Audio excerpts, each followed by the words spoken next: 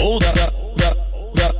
My views are my own. You heard it here first. You heard it here first. You heard it here first. Lightning round.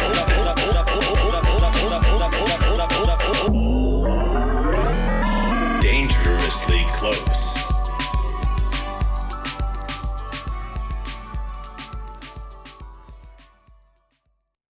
My guest today is Tarek Turjman. Tarek is a queer Palestinian Guatemalan comedian living in Miami, Florida. He is currently an improv actor and stand-up instructor at Villain Theater, where he produces shows like Tonight with Tarek and Nothing But Crowd Work. He also produces a comedy stage for Gay 8 Festival. Tarek is open for Ilana Glazer, Carlos Santos, Francisco Ramos, and Gianmarco Ceresi. He also stars in Villain Theater's annual queer comedy festival, No Fear, We're Queer, every June.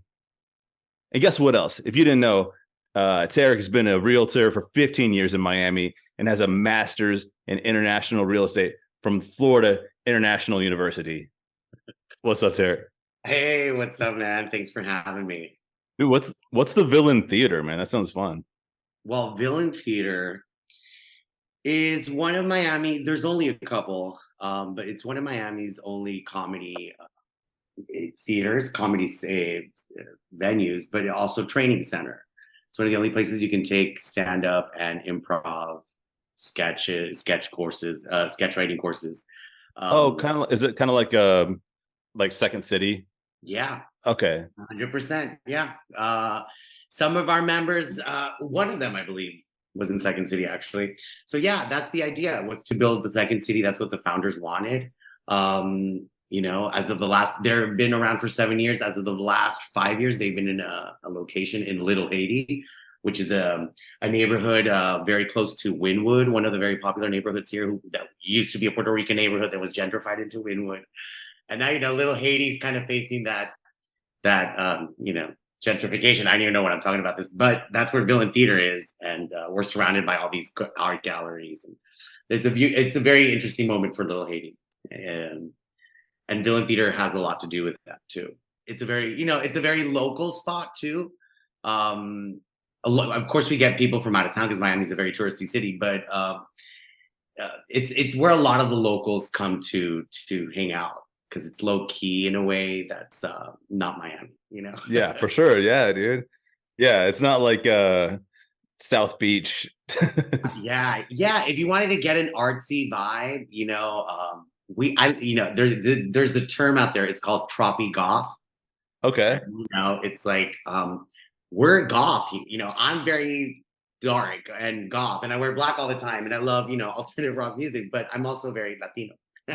Yeah. So we still wear bikinis and shorts, but they have skeletons on them, kind of thing. So like, if you want those troppy goth vibes, if you want some artsy vibes in Miami, you have to go to Villain Theater. Okay. And Little Haiti and Wynwood, those neighborhoods, I was just curious. So next time I'm in Miami, Villain Theater is on the top of my list of places I will absolutely visit. I'm sorry, did that even answer your question? I'm such a it answered my. That was you asked me about Villain and started talking about Villain. I'm sorry, bro. No, dude, that was a long podcast. That was a very thorough explanation of Villain Theater. I feel like you can't talk about Villain Theater without explaining what's going on in the area. We recognize that there was a need for a venue like Villain Theater.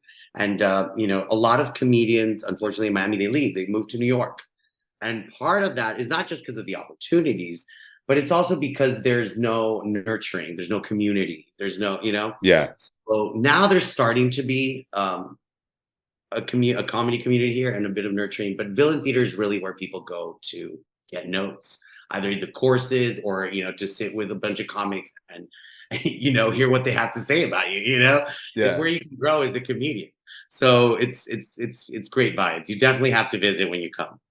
I think Nashville has a similar kind of thing going on with like the nascent comedy scene, where it's like, I mean, there's a lot of people and it's getting big fast, but I would say, man, like 10 years ago, I felt like there was no like real stand-up here. I mean, like there were stand-up comedians, but there was no opportunities for them to really get out. And now there's like opportunities every week. So I it's think that something happened during COVID, right? yeah. Before COVID, no one was doing this whole like online comedy thing and stuff. I mean, there was a lot of content creators, right? But Yeah. I think comedy and content creation were still kind of separate, like stand-up comedy, especially. But anyways, I think that, comedy used to be focused in the city, in certain cities. And people in smaller, not comedy-centric cities, like places like Tennessee or Florida, they would pay to see, people from out of town, people from New York and stuff. But there wasn't really a local comedy vibe that was, nurturing to the, that kept their artists here. So, but I think because COVID showed people that local is necessary, Yeah. and because a lot of artists went online and found other markets, a lot of people moved to Florida because Florida stayed open, Yeah. for better or for worse, Yeah. DeSantis kept us open. So all the New Yorkers who were talking shit about Floridians for not wearing masks flew to Florida to not wear a mask with us, and they were working. So all these LA New Yorkers, they went to Florida and kind of propped up, like, kind of woke up the scene up and or helped us, wake it up and build opportunities, because then these people came back, and we would open for them, So I went from being, an open mic comic to opening for Francisco Ramos and Gianmarco Soresi from New York and in LA. The only reason they were here in Miami is because they couldn't perform in New York. Yeah. I hate saying this because I know a lot of people, suffered and stuff, but there were silver linings, a lot of silver linings. I experienced a lot in my life. Just for me personally, I got this because I couldn't work at the job I was doing. And I ended up What were you doing before COVID? I was right at the beginning of that. I was actually doing I was a bike courier. So it was a job that suddenly was like kind of not needed because nobody was in their offices downtown. And I was able to, because had been doing it so much, I was able to get in on the unemployment deal.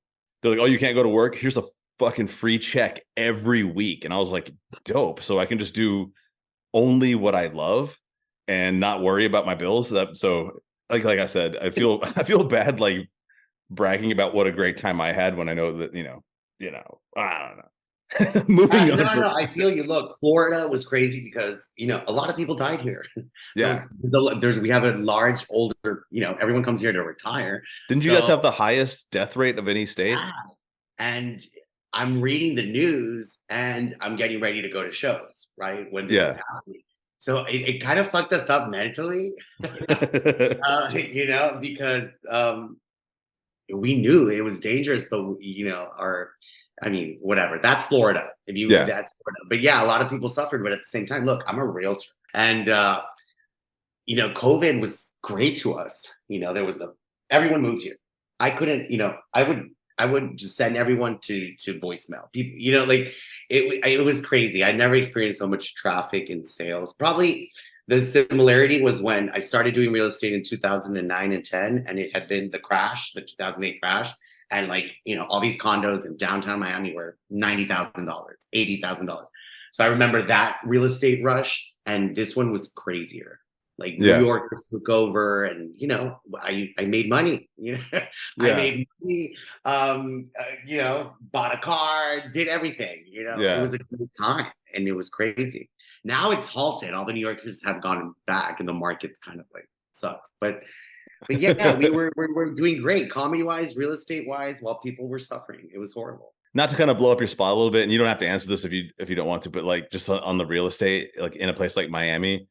Is there issues with some beachfront properties where you're like, all right, this is this is a multi-million-dollar house, but it'll probably be below sea level? Yeah. Do you have to take that into consideration? What people don't think, the thing is, people don't think of people are not realistic of how the water level is going to start affecting us. It's not like you're going to wake up one day and there's going to be water up to here in your face. No. Yeah. Right. Step one. Insurance companies are starting to flee Florida. Yeah.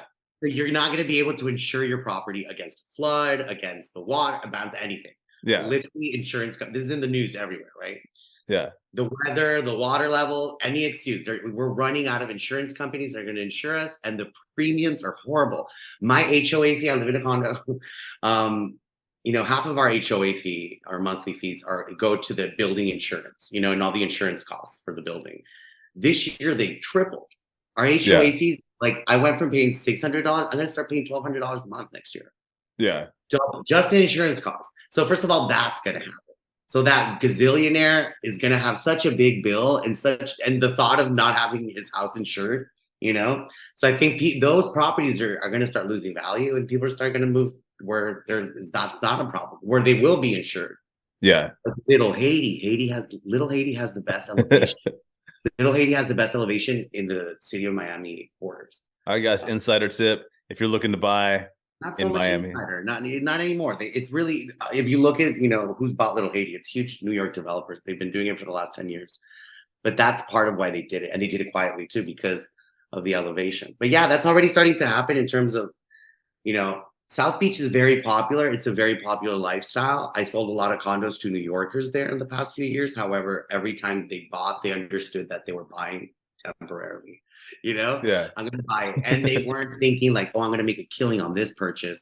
They were thinking, I have to sell before I lose any money, before, someone else is willing to buy this little time in this beautiful little island called Miami Beach, because it's a marvel. It's a little Art Deco marvel. It feels like Southern Italy or Europe. You can walk everywhere. Everyone's in shorts and swimsuits. And you're going to work. It's beautiful. It really is a magical place. Oh, I love South Beach. I love. But it's not going to last. South Beach. I know, but it's unsustainable. And now the condo, you're going to be able to afford a condo because the prices are going to drop, but the HOA fees are going to be ridiculous. Like very briefly, it might. Like in Detroit there for a while, like you could just buy up like houses for like $70 a house. I wonder if like once the sea level rises to a certain point, people like me might be able to go down there and just buy like a dope beach house that I know will only last for like a few months, and I could just throw parties. That's already yeah, totally. That's what people are doing with the condos. Because already you don't want to pay those HOA insurance costs. The next person's going to pay less, and you're just going to pay for as long as it lasts. And I'm sure there's examples of this in history somewhere, some place that used to be popular and couldn't be because of whatever changes. It ceased to be because of whatever changes. But yeah, that's totally Miami's reality. Yeah. And honestly, I feel like this lifestyle we're living, Miami's like in a little golden era right now. It's kind of an illusion too. Our representatives are salespeople. Yeah. If you look at the news, there's an FBI probe now into our mayor being a consultant for developers. Yeah. Which, first of all, I didn't even know that being mayor of Miami wasn't a full-time job. That he had time to consult for developers and get like thousands of dollars a month from them. Anyways, so you know what I mean? Like they're not focused on making the city sustainable and last a million years and keep it overground. They're just trying to milk it. Yeah. Or get as much money out of Miami as they can before it stops doing that for them, and then just move their money to the next place. It's kind of like the cocaine rush in the 80s. It's like make the money while you can, any way you can, and then get out. The rent drove everyone out. And when I mean everyone, I'm talking about the immigrants, the young people, the artists, the workers, the people that make Miami interesting. Yeah. Right now, Miami is suffering of a scarcity of a change in culture and dynamics and stuff. I live downtown. I'm in Brickell downtown. And I recognize it's the international part of Miami, and it's going to be affected always. It's going to change very quickly. But, I'm sad to say that all the cool places with the best live music, with the best, theater or this, even the movie theater is about to shut down. Everything is just a bar that exists in Dubai, every other, place. Downtown, but that's that eventually is going to happen to Little Havana, Little Haiti. We're experiencing like seriously like parallel worlds, dude. That's like Nashville. Wait, Nashville's in Tennessee. Yeah, okay. Yeah. I've been talking about. Sorry, I'm from Miami. I'm just making sure I'm getting my states right. No. But Tennessee has, I think, the highest rate of return. It's one of the safest places to invest in the world. Yeah. Well, we don't have any hurricanes or shit. I mean, I guess we have like But tornadoes you guys and have a strong local economy, but you also have enough tourism and like out of town visitors that'll, and people invest there. They buy like, mountain houses and stuff. yeah. So, mountain like things that they can rent to tourists and stuff. So, anyways, Having said that, though, I want to add this caveat: don't move to Nashville. Stop moving here. oh yeah, everyone. We're full, dude. We're full. Miami's full too. Smaller cities like Nashville, Miami, kind of similar in a way. People have heard of us. We're pretty famous. We're pretty important. Nashville is country music and all that. But really, they're going through this big dawn population growth because people got sick of going to New York, LA. The bigger places, they became impossible. So and now these places are impossible. I'm gonna throw Austin in there. Denver. My friends moved to Denver. Now they hate it. Everyone's in Denver. Yeah. All these like, medium-sized cities that are kind of getting globalized and becoming more and bigger. Yeah, they're gonna change. It's too much. Because I like the mid-city vibe, like mid-sized city vibe, Yeah. but it's getting harder and harder to find one that hasn't been like just blown up by developers at this point. Yeah. But the thing is, that's just as someone, look, I grew up in Guatemala. I went to American schools my whole life. So, and I've lived here for 20 years. I'm now an American citizen. So I've been Americanized. And the way I've been able to view America from the outside, from the inside, it's just the culture. It's capitalism. Yeah. We're going to, it starts out cute, something local, artisanal, in a small place, a small corner of a Puerto Rican neighborhood in Miami called Wynwood. Yeah. And then it becomes a chain. And then it becomes this. It's just, that's how I think, I don't know if we can help it, Yeah. Speaking of Guatemala, you have a bit, dude. It was like, Guatemalan and Palestinian. And I think you said something like that you're like the Shakira of comedy. Does that ring a bell? Yeah. I saw that clip somewhere and I thought it was very funny. It's funny because like when I moved to this country, it was like how I had to explain myself to people because like how can you be Arab and Latino at the same time? Yeah, it's impossible. It's impossible, but I'm very much so. I grew up in a home that was Arabia, but I lived in Guatemala. Yeah. So, and there's a lot of us. Salma Hayek. There's a bunch of us out there. The richest man in the world, Carlos Slim, is Lebanese Mexican. I didn't know that. Yeah, and he's quite Lebanese. He said that, his grandfather was from Lebanon. So he still eats the food. He's visited, That's cool. The president of El Salvador, Bukele Nayib. I knew him. We went to these, Central American Arab, camps or things the young kids used to go to. He's only a few years older than me, Yeah. But, we're around. We're there. Well, also and Shakira, that's how right? I explain myself to people. I was like, Shakira. She's like Argentinian and no, she's Colombian Lebanese. Colombian Lebanese. Okay, yeah. So when you say that though, Colombian Lebanese, it's non-threatening to Americans. They've heard of Lebanese people and they like Lebanese food. And Colombia's cool. It's Colombia. Yeah. Whether you connect it to the cartels and drugs, or whether you connect it to Shakira and all the good stuff, you love it. But when I say I'm Guatemalan Palestinian, it's like immigration and terrorism. It's like I love the contradiction. Yeah. And Guatemala, people always, that's another thing. People love the name. It's such an exotic sounding name to everyone, not just Americans. I went to South Africa and people are like, oh my God, are you really from Guatemala? It's like, do you know that here in Cape Town, we say Guatemala when we say like butt fuck Egypt, or, when we're trying to name like some far away. I'm sorry, I'm cussing. I don't know if I can. You can say what the fuck you want, man. Yeah. Or is that even the same? Butt fuck Egypt? Is that what people say? When you're saying some far away, exotic, distant land. Yeah, butt fuck Egypt is definitely a phrase. Is that, yeah, that's how you say it, right? Okay, cool. What's kind of crazy, man? So I minored in Spanish, and but I feel like just throughout the years, I've learned more Spanish from Guatemalans than probably any other. Thank God, because you're in Tennessee. There's probably yeah. Well, I mean, you would think that I would have learned more Spanish from like Mexicans, but just because of like 2 different jobs I've had that I held for a long time had like a bunch of Guatemalan dudes, and one of them was a construction job I had. I was a tile setter, but for the company, there was a whole crew of dudes from Guatemala that didn't like. Only one of the guys on the crew really spoke any English, and all the guys like my foreman and all of those dudes didn't speak any Spanish, and I was the only person that could speak both languages.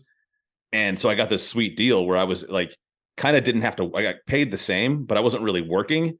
They were just using me as a translator because those guys, the Guatemalan dudes, were the best crew. They were the fastest. They're the fastest, hardest working dudes. And having them like we're famous tile, like we're famous for how good we are at like laying tiles. No, they were incredible, like precise, fast, and like they would like show up and like work for so many hours they would sleep in shifts. It was crazy. So, but like they just made me the translator, and it was awesome because anything I didn't understand, they would teach me like patiently. And so Guatemalan Spanish is actually very, very clear. It's not our accent is very neutral, even more neutral than the Mexican, and Mexican's pretty neutral. Easy to understand for people who are learning it, because Salvadoreño, any other accent from Central America is a lot stronger. Yeah. But so that's a great Spanish to learn. It's a great place to learn Spanish. Seems like a little bit less slang too. Yeah. Well, yeah. No, there's definitely slang, but it's different. It's not like Caribbean slang.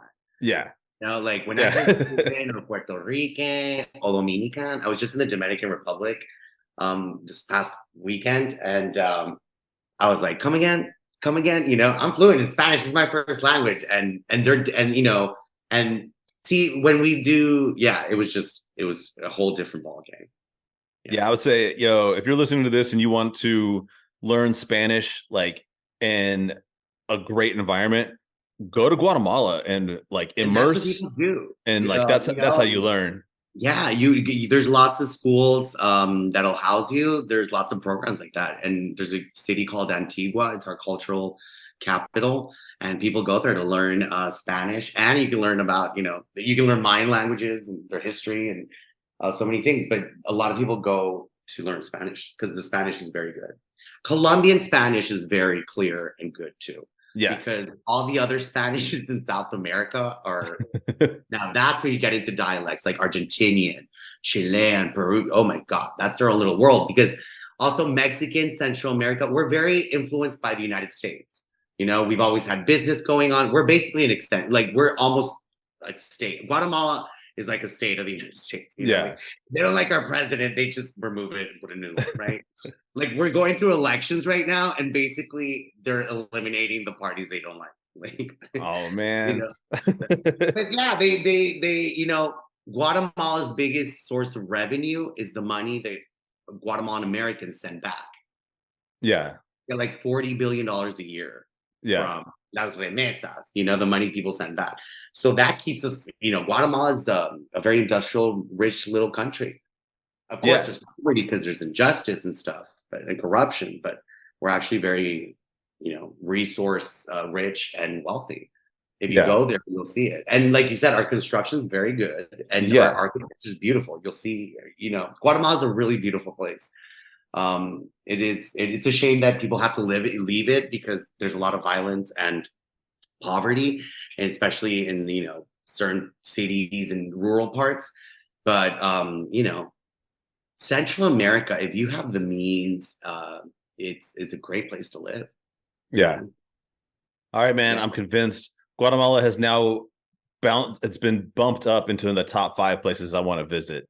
So. It's probably top 10 where Americans retire. Really? Costa Rica is probably top 5 because it's safer. Yeah. But Guatemala's up there. Antigua is filled. I think there's even like Hollywood stars who have homes there. Michael Douglas has a home in Antigua. It's just a great place to retire too. Plus, it just sounds cool. Antigua. It's beautiful. It's a colonial city. It was built by the Spanish, but with Mayan influence. So it has all the Spanish architecture with all the colors. Yeah. Vibrant colors of, the indigenous people and the Mayan people of Guatemala. Do you know what I thought about when I was when I was talking about your Shakira joke about being Guatemalan and Palestinian. I one year for Christmas, I got one of those, those like those boxes that at like ancestry.com or 23andMe or whatever, Yeah. where you like send in your spit and then it tells you whatever you are or whatever. Did you And do it? yeah, I did. And I knew I was Irish because like, I already know that from my family telling me that. But I was like, okay, it's just going to say I'm Irish. But then I got it back and I was all excited. I was like, oh, what's it going to say? And then I opened it and it just said like, the only surprising thing was that I was also part Welsh. And I was like, cool. I have a long history of two different types of poor white people. It was kind of like getting socks for Christmas. You know what I mean? I was like, dope. Also Welsh. The other kind of like part of UK that is just kind of poor. Yeah. I should be careful what I say. There's a lot of UK listeners to this podcast. What's the famous comedian, late night, Irish, red hair? Carrot Top? No. It'll come to me. But he says he took the test and it came back 100% Irish. And he's like, even people in Ireland don't come out 100% Irish. They'll come out like you, like they'll have a little Welsh, a little this, a little that. Yeah. But I guess, because he was an American by 100% Irish people. Wow. The name will come to me, but was it Bill Burr? No. Late night show, big red hair that was always like in place. Oh, Conan O'Brien. Yes, Conan O'Brien. I don't know why I said Bill Burr. He doesn't have any hair. Yeah, exactly. No. Love Bill Burr, one of my favorites. But no, Conan O'Brien. Yeah. He just says that story. It's really funny. My friend, she's from Venezuela. She took it. I haven't taken it. I want to take it. Yeah. I think most of my ancestry will be in the Mediterranean because my mom is Southern Italian. Her parents are Southern Italian. My dad is Palestinian. So most of me is going to be North Africa and the Mediterranean, I'm thinking. But my friend from Venezuela took it, and she had from every continent. She had from the Iberian coast. She had indigenous from the. Oh, that's crazy. Colombia. She had African. She had Chinese. That's awesome. Yeah, Latinos have the best DNA testing. Well, not the best, but the funnest, right? Yeah, they be fucking a lot and like in cool ways. It's dude, colonization. I think that if you get really into it, like as a hobby, I think you can like start tracing back your family tree. So you might even find out that like you're like related to like Julius Caesar if you're gonna get some Mediterranean. Yeah, people have done that. I had a cousin who started doing that with our family. And I don't know, we didn't find anyone famous, but it was very interesting to see kind of like where everyone came from, Yeah. Have you ever heard that like almost everybody's related to Genghis Khan because he had like 1 million kids? Yeah, totally. So man, I wanted to just go back to some Miami stuff. You produce a comedy stage for the Gay 8 Festival. And I kind of looked it up a little bit. I've never been. I haven't been to Miami in years. But I was thinking like, if the Gay 8 Festival was a person, they would be like the presidential candidate that people actually want to see right now. It's like, fun, gay, Latino, with a sense of humor. I don't know. What do you think? 100%. Yeah. You did find it. Gay 8 it's a gay festival on 8th Street, Calle Ocho, which is like the main street in Little Havana. Yeah. And if you're a tourist in Miami, you should go to, 8th Street and walk down and eat the food and have cafecito. There's the Tower Theater there, so you can watch like an independent film. Sometimes they have plays, sometimes they have comedy. And there is where I do the comedy show every year when we do the Gay 8. We do like queer short film viewings, and then in between we'll do comedy shows. Yeah, that festival is great because it was started for that, to have more of a to have more of a Latino face to gay pride in Miami, because before Gay 8 and before kind of like downtown Miami and Miami as a city kind of blew up, it was really Miami Beach who had like the attention of everyone. Yeah. That's where gay pride was every day, and that's beautiful. Oh, so it's part of pride. Yeah, but Miami Beach is very white. Yeah. It's ran by a lot of white people. There's a lot of Jewish people, but they're still white. You know, they're white Yeah. Jewish people. And that's fine, but it doesn't represent this Miami, you know, this Latino Miami. Now, the city of Miami, you know, the peninsula, we're actually a completely different city, right? With different government. We're Cuban, we're Venezuelan, we're Haitian. The two majorities are Cuban and Haitian, right? And so that, you know, that didn't really represent us. So we had to have our own little festival. So that's really what it is. It's our own little gay fest. And honestly, it's the best because, you know, it's not just because it's already, the street is cute. There's so much stuff there to do. So they close it off, they make it pedestrian, and all the businesses, you know, go into queer mode. And you know, they're part of the festival. The food trucks all come out, all the different empanadas from all the different countries in Latin America. And you know, you have art galleries, you have people singing, you have the viewing of short films. And 2 years ago, I met the producers. I'm like, we have to bring comedy into it. So this will be our third year. I actually have a meeting with them after this one. Oh, cool. Hell yeah. To see where we're gonna do it next year. Hopefully it's at the Tower Theater again.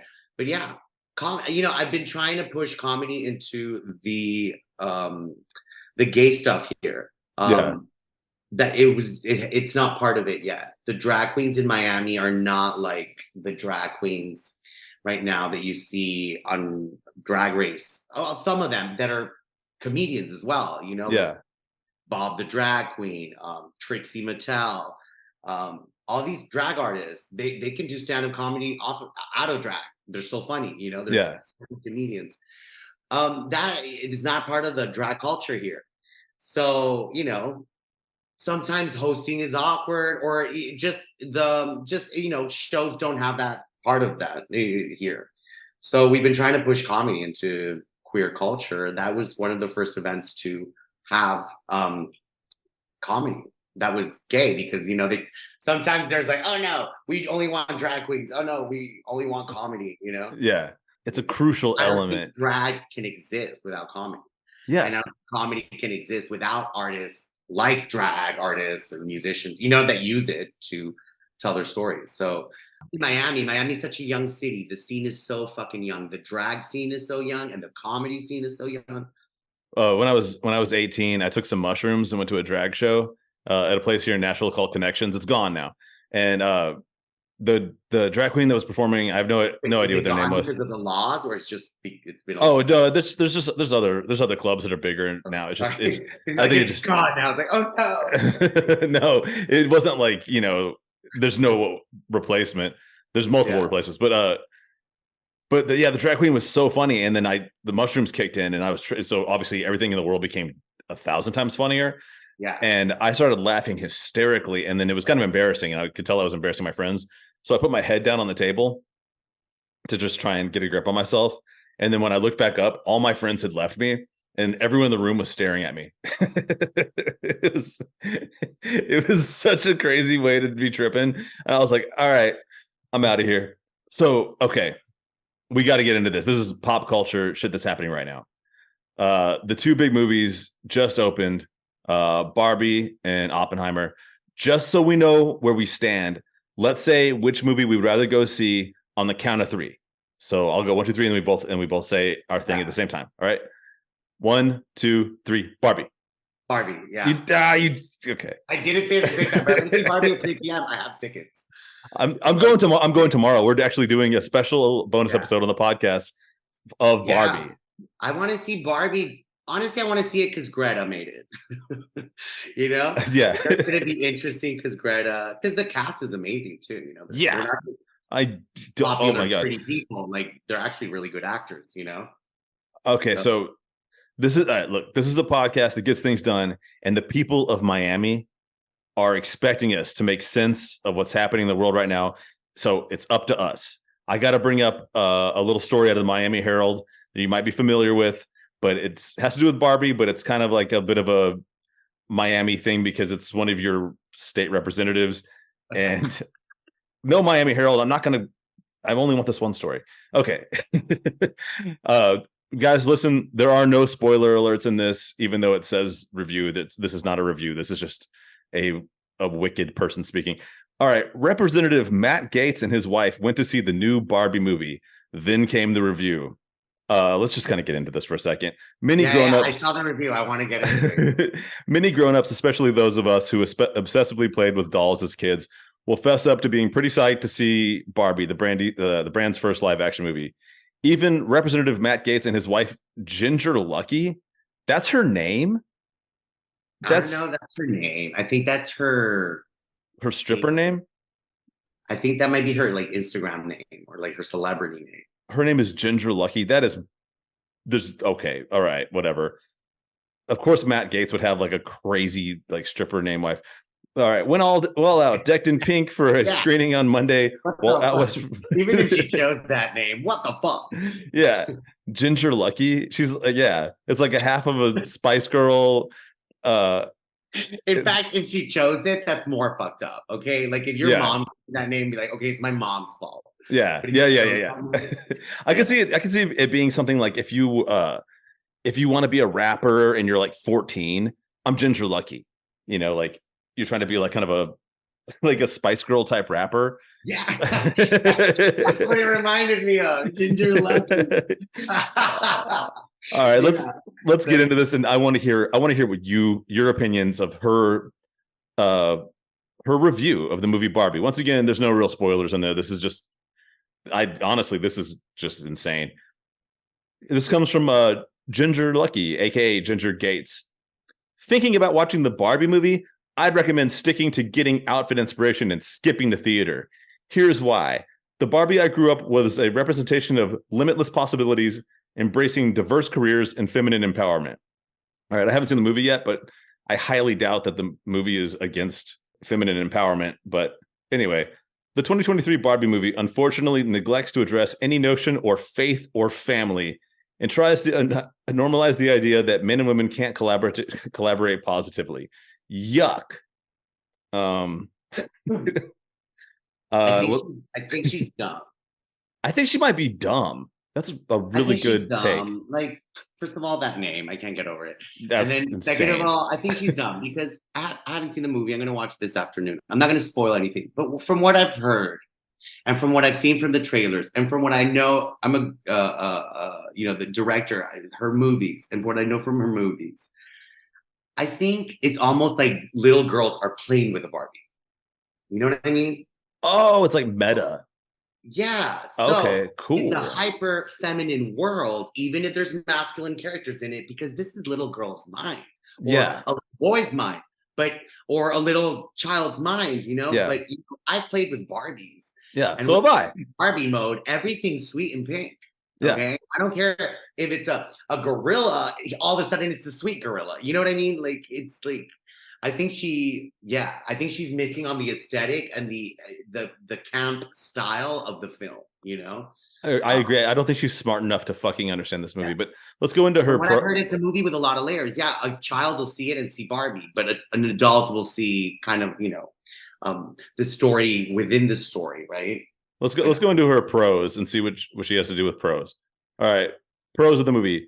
Margot Robbie's performance. Okay. Stunning costume design. Amazing soundtrack. Any notes on pros? I mean, I wasn't crazy about the soundtrack, but yeah, it's Barbie music.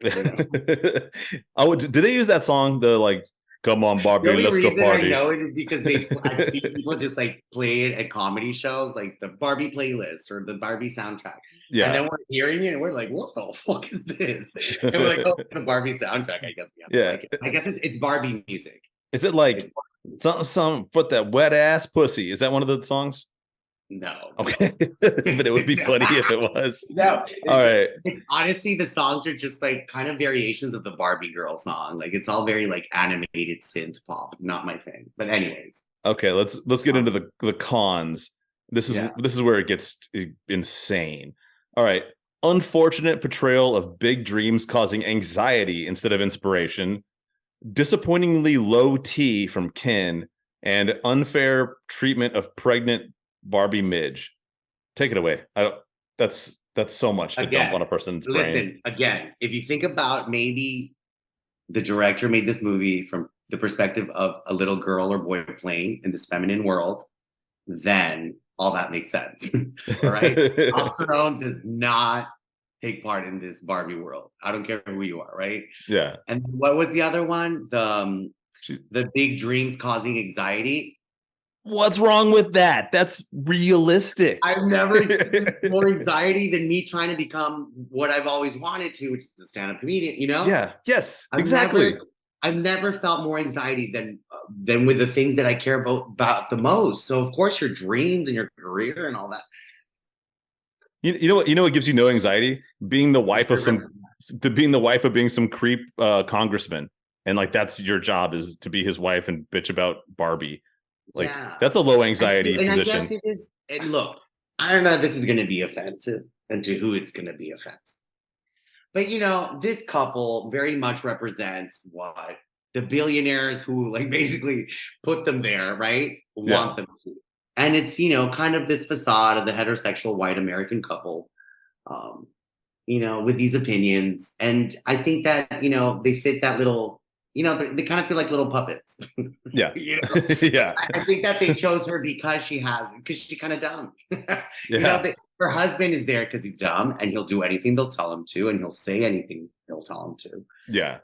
And, you know, he's been caught in his lies and his misinformation many times publicly. And you know, I don't know, that's your husband, girl.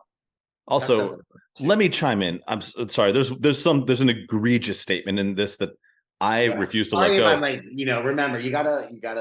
When she said that Ken has low T, she's talking about Ryan Gosling, and I'm like, one would assume she fucks Matt Gaetz and has the audacity to say that Ryan Gosling has low testosterone. That is insane.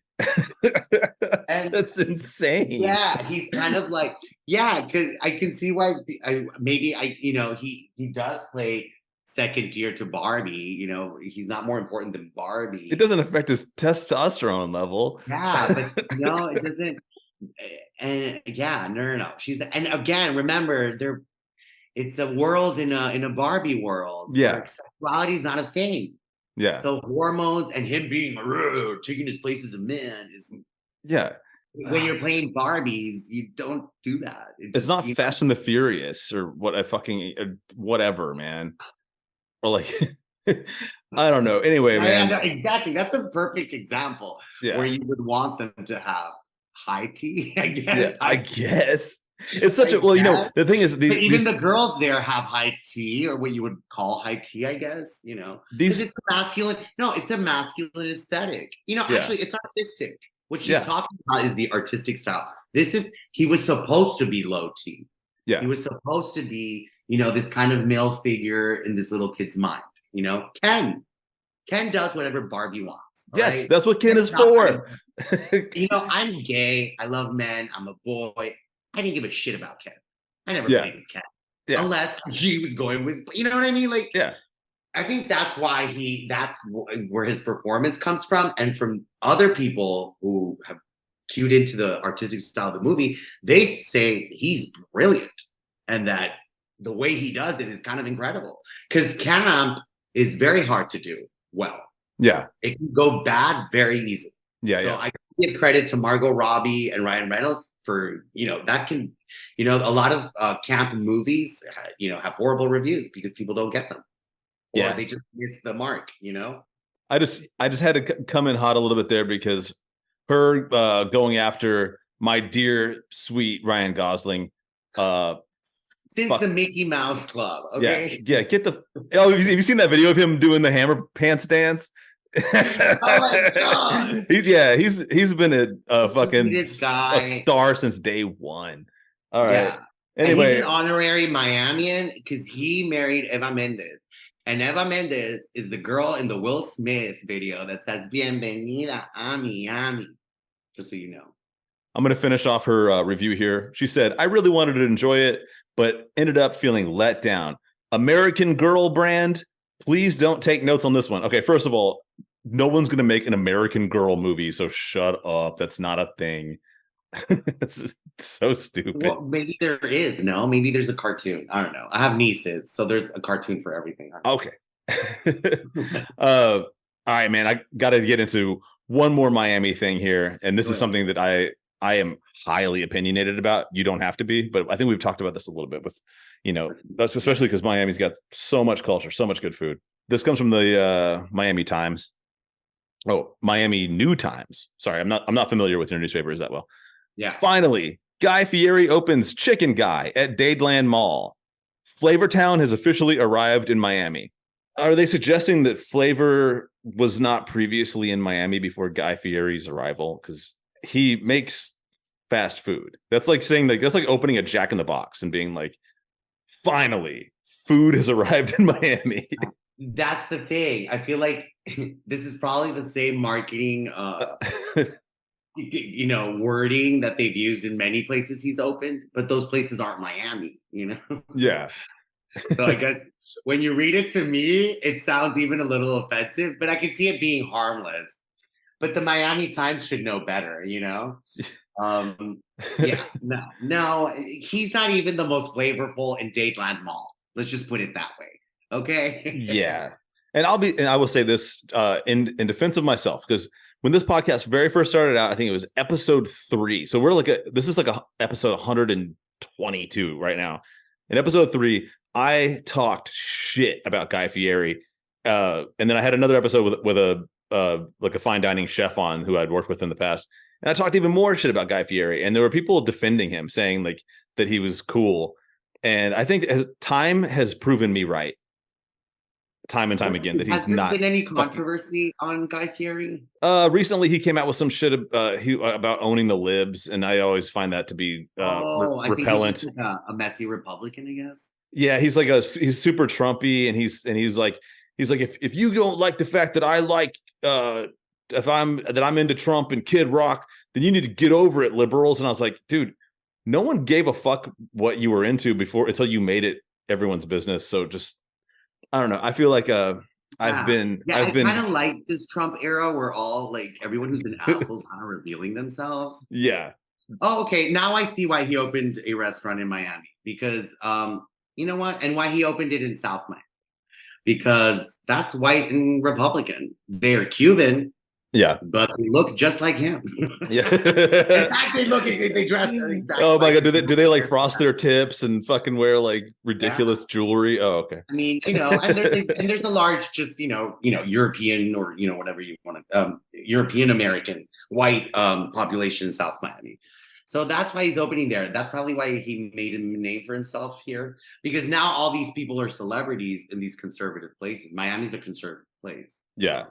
I got one last thing we need to as far as Miami news that we just have to take. This happened yesterday. So, and we were just talking about Wynwood earlier. Yeah. Chaos on South Florida roadways as street racers take over Wynwood, I-95, Miami Gardens. Have you heard about this? Yeah, it happens all the time. It's a Miami thing. I'm gonna go ahead and go on a limb and say I don't support it. I don't support the race car guys. Are you on their side?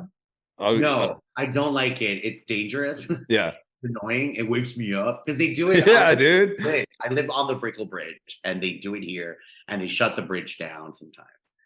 Look, I get the spectacle. I get the culture, and I don't know if you want to call it sport or art of it. Yeah.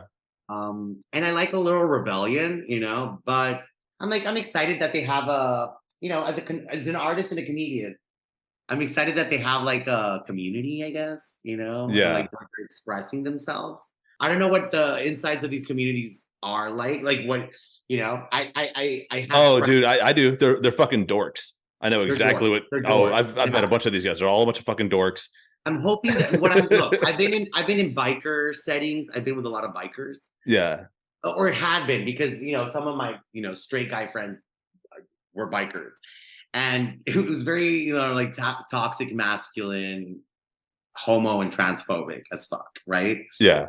I don't know if this, because I feel like this is the newer, this is the new age bikers, I guess. It's probably more inclusive. I'm hoping I'm just saying, I want more trans bikers. I want more gays. Yeah. If it's not toxic, do it. I like young people being a little anarchist. The rebel is, the heart of the rebel is what keeps us democratic in a sense, Yeah. But they are rebels. They're being young. I'm not mad at them. I was going to say, I agree with you. And like, I support that, like, yeah, rebellion. I think that's cool. But when you said like you live somewhere near, so I have this problem on my street right in front of my house. These guys do it on my street. And I've got a dog and I got a kid. And I fucking hate it because I'm like, dude, you're going to kill one of us. All the dogs in the building start barking. Yeah. It becomes a thing. Everyone's aware. Everyone goes to the balcony. It really disrupts people. I've been filming during it. Yeah. And they're like, it's either part of the podcast or it's not. But yeah, it's disruptive, especially downtown, because we have all these bridges in downtown Miami and it's already kind of a mess. Yeah. So they try to do the most popular areas so they get attention and they get a lot of posts. They do it for clout, Yeah. Like, okay. I suggest all these guys go learn how to do graffiti instead. It's rebellious, it's cool, it's an art form, and it's cheaper. Yeah, but it's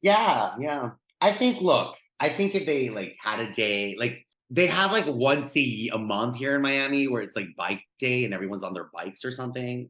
Yeah. I think so. I think they're maybe not anymore. I don't know. We hate bikers and pedestrians. But if they had that like once a month, yeah, I think it'd be cool. I think it would stimulate the economy. It could be a cultural thing. I don't know. Yeah. No, organize it once a month, man. Don't organize fucking do it like in the middle of the street. And I know that it's dangerous. Yeah. It feels dangerous. They start doing those. Anyways, I'm sounding like we both are. Okay, I got one thing to tell you though. We are getting dangerously close to the lightning round. Let me tell you how the lightning round works. This is the part of the podcast where I ask you a series of questions super fast. You don't have any time to think. You just got to answer. I did not write the lightning round. This was written by co-producer Colleen. She just dropped it off.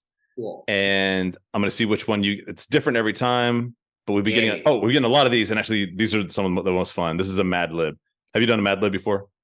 Yeah. Okay. Yeah. So I'll just be asking you like noun, adjective, verb, and we are going to write a story called, Bad Boys 4. Doug and Tarek take Miami. So basically, Will Smith is still a little too hot right now to be cast in Bad Boys 4. So they're actually casting you and me. You could be in Will Smith's role, and I'll be in Martin Lawrence's role. So I'm Martin Lawrence. You're Will Smith. Will would be the gay one. Like he's. I was just trying to give you the better role, man. Okay. No, Martin was the better role. He's the comedian, bro. Yeah. Okay. Well, do you want to trade back, or do you want to keep No. I'll take Diva. She's the diva. I love her. Yeah. All right. This is called Bad Boys 4. Doug and Tarek take Miami, a Mad Lib story by co-producer Colleen, co-written by Tarek. All right. The sun. Oh, sorry, I'm not supposed to read that. I'm supposed to ask you questions. All right. Adjective. Beige. All right. Liquid. Mercury. That's really good. Plural noun. Clouds. Okay. Is that a plural noun? Yeah. Yeah. Adjective. Funny. Okay. Is that an adjective? Yeah. Yeah. Last name. Gonzalez. Gonzalez? Yeah. Gonzalez. I'll try and say it like you say it when I read this. Adjective. Tall. Every single person that gets one of these Mad Libs gets like so bummed on the adjectives because it like puts you so on the spot. Drug. Ketamine.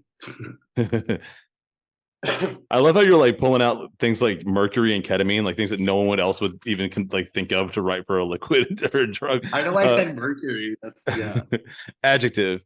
Rough. And adjective. Soft.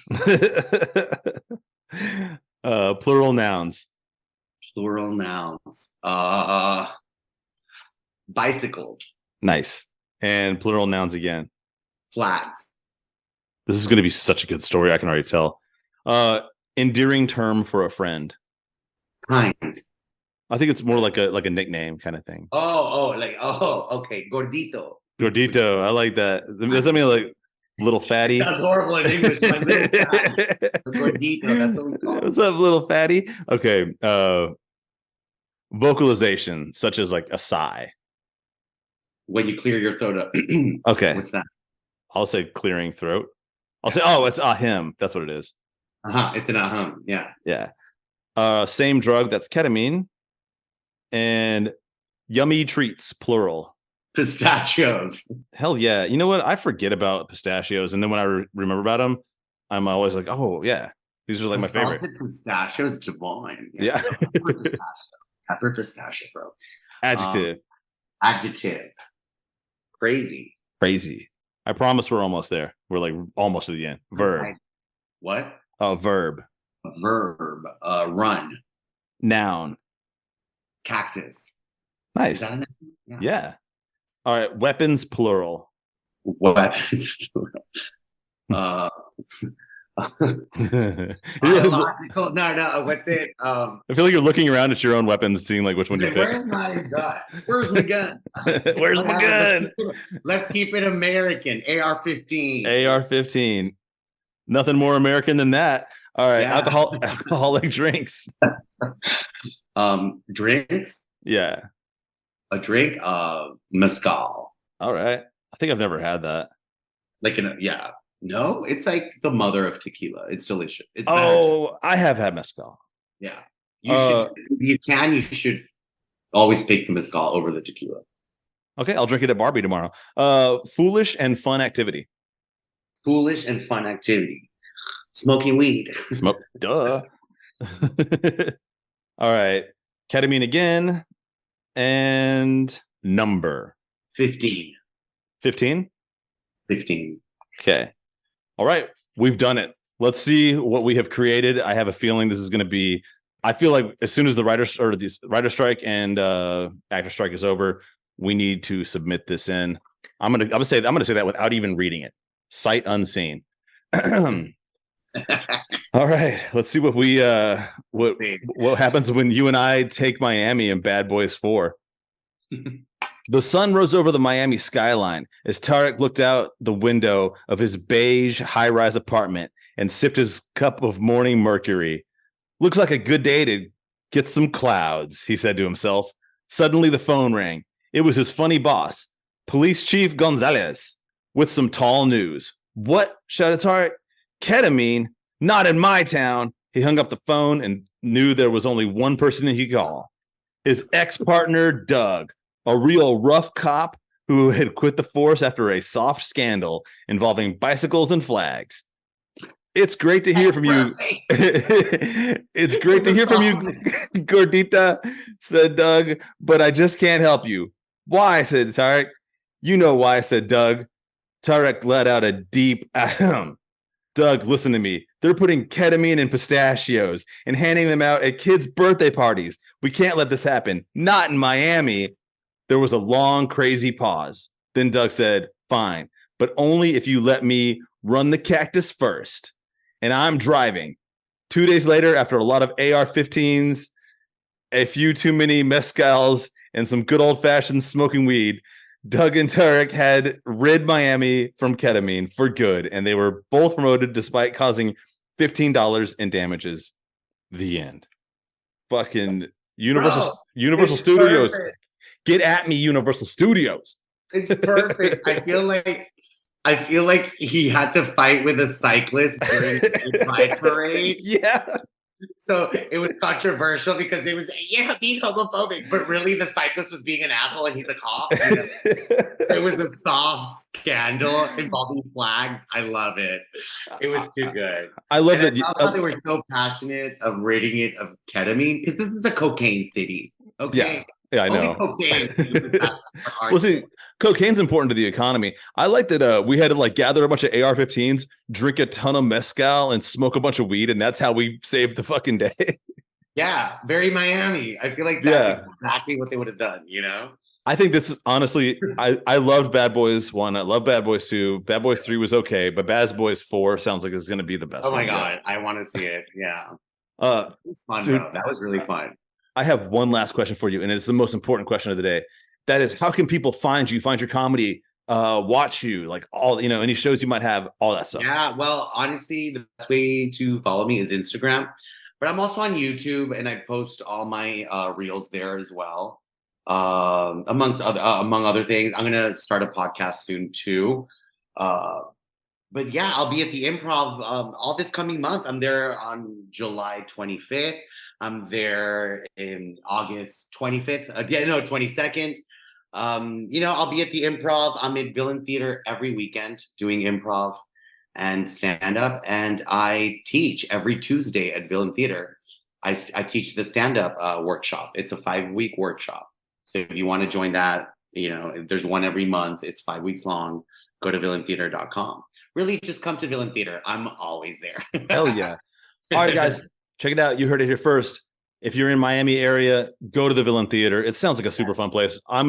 That's like, next time I'm in Miami, it's going to be my first stop. So yeah. And listen, and if you mention this podcast, I'll give you 2 free tickets. oh shit. All right. You heard that. That's like on Doug's podcast.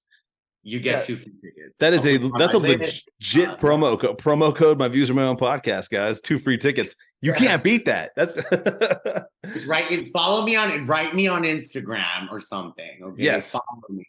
I'll look at you. Or just mention the podcast, and then I'll give you tickets. All right, man. Thank you so much for meeting me so early in the morning. It's awesome having to talk with you, man.